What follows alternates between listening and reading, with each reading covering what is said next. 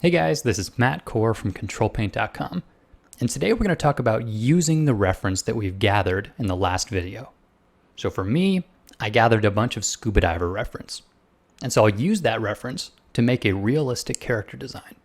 So here's what I came up with, and you can see a few things about it. It looks realistic, but it's also not something that I just found in a photo and copied, because I took individual pieces from different photographs, combined them together with a little bit of imagination, and I came up with this design.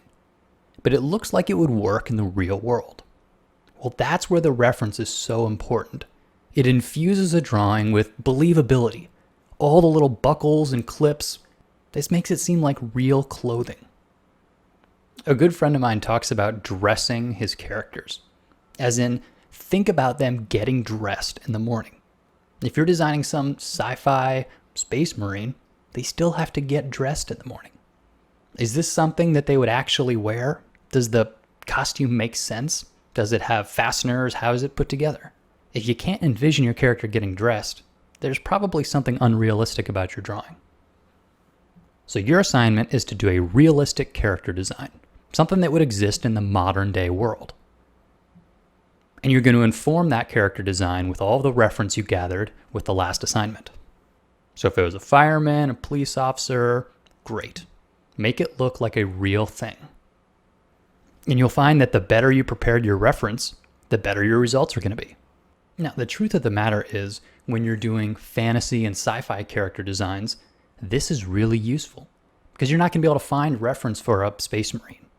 And you look here and I change it just a little bit, and all of a sudden it goes from modern day to something extraordinary, something sci-fi. But the sci-fi would read a lot less realistic if I didn't use reference.